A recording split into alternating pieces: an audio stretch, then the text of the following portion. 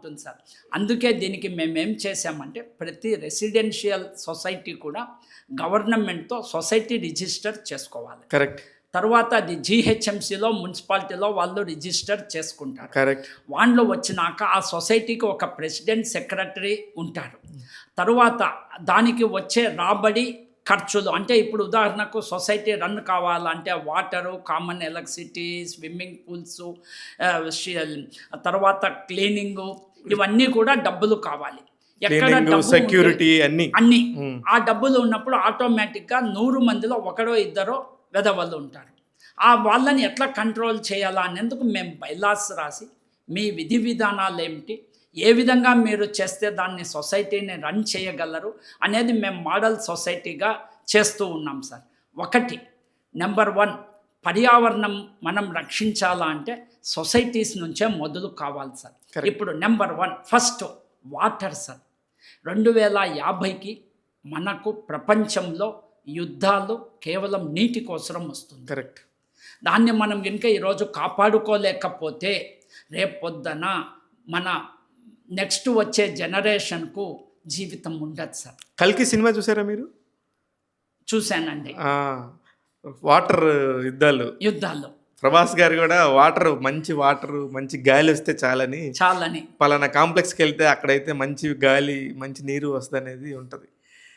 అది అందుకు దీనికి ఏం చేశామంటే సార్, ఇప్పుడు ప్రభుత్వం ద్వారా ప్రతి సొసైటీలో కూడా మనము ఎస్టిపి పెట్టిస్తున్నామండి. కరెక్ట్. అది కంపల్సరీ చేసాము. దానివల్ల ఏమవుతుంది, ఈ వాటరు రీసైకిల్ అవుతుంది. మళ్ళీ అవి మనము ఫ్లష్ అవుట్కి కానీ, చెట్లకు కానీ, లేదు కామన్ ఏరియాస్ క్లీనింగ్ కానీ అది వాడవచ్చు.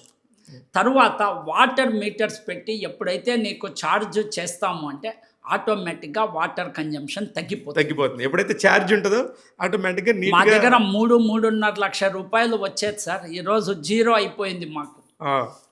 తర్వాత ఇంకొకటి ఏమంటే రెయిన్ వాటర్ హార్వెస్టింగ్. కరెక్ట్. ఇది చాలా ఇంపార్టెంట్. సొసైటీస్లో ఇప్పుడు పెద్దవి ఉన్నాయి సార్. ఒక్కటే చోట 2000, 3000 అపార్ట్మెంట్స్ ఉంటే ఆ చుట్టుపక్కల గ్రౌండ్ వాటర్ వాళ్ళు తీసేస్తే వాటర్ ఉండదు, చాలా కష్టమవుతుంది. అది ఒకటి సార్. అలాంటి వాటికి మీరు జాగ్రత్తలు తీసుకోమని చెప్తారా సార్? మేము రూల్స్ అండ్ రెగ్యులేషన్స్ పెట్టాం సార్.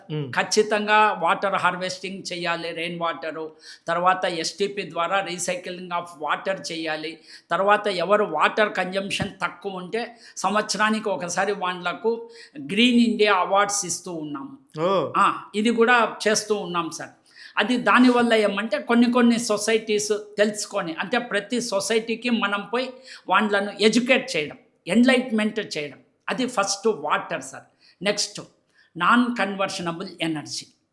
మనము సోలార్ రూఫ్ టాప్స్, తర్వాత electric charging stations, car pooling, ఇవి మనం పెట్టి మనం ఈ ఇప్పుడు ఉన్న పర్యావరణానికి హాని కలగకుండా మనం చేయగలిగినది ఆ మూడింటి ద్వారా.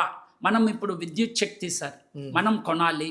మనం ఈ బొగ్గు ద్వారా, మిగతా రసాయనాల ద్వారా వాడుకుంటూ ఉండేది 140, ఇప్పుడు 30 కోట్లకు ఇన్ఫ్రాస్ట్రక్చర్ అనేది ఈరోజు 140 కోట్లకు కావాలా, అవసరాలు తీరాలంటే చాలా కష్టం. ఆ రోజు ఎలక్ట్రీషియన్ అంటే ఒక బల్బు, మహా అయితే ఒక రేడియో సార్.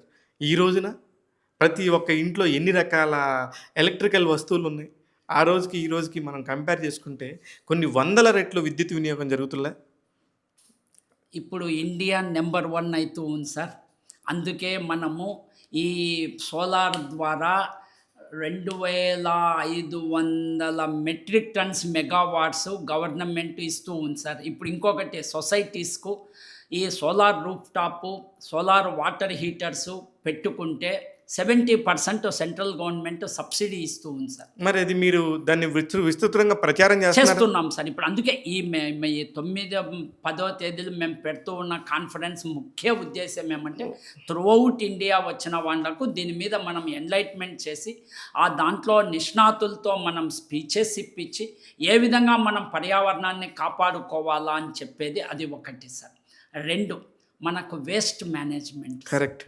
ఇది చాలా కష్టం. ఇప్పుడు మనకు ప్లాస్టిక్ యూజ్ ఎక్కువైపోయింది. కరెక్ట్. మనం ఏమంటే భారతీయులు స్వతహాగా మధ్యతరగతి ప్రజలు.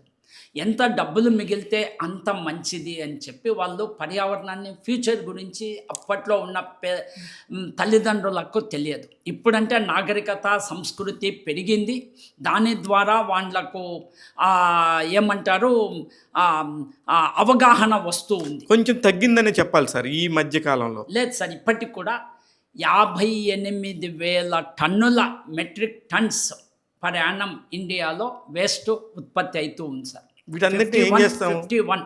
దాంట్లో మనకు కేవలం వస్తూ ఉండేది 18,000 మెట్రిక్ టన్స్కు మాత్రమే అకౌంట్ ఫార్ అవుతూ ఉంది. మళ్ళీ రీసైక్లింగ్ కానీ మళ్ళీ మిగతా 35 టన్నులండి అవన్నీ మొత్తం మనకు భూమిలో పోయి మనము కల్టివేట్ చేసిన ఆహారంలో కలిసి మైన్యూట్ గ్రాన్యువల్స్, దానివల్లే క్యాన్సర్స్ అవన్నీ కూడా.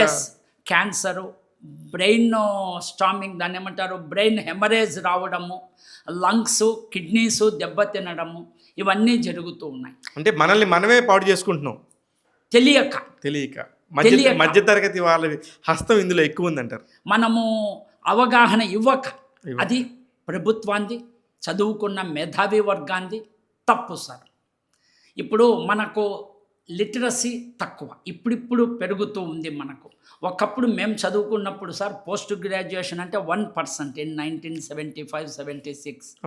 ఈరోజు 10 to 15% ఉంది. కరెక్ట్. అది తర్వాత ఆపర్చునిటీస్ ఉన్నాయి. ఇండియన్స్ కష్టపడే మనస్తత్వం ఉంది, అందువల్ల వాళ్ళకు పైన ఆకాశమే హద్దు. గ్లోబ్లో ఎక్కడైనా వాళ్ళు ఉండగలరు, చేయగలరు.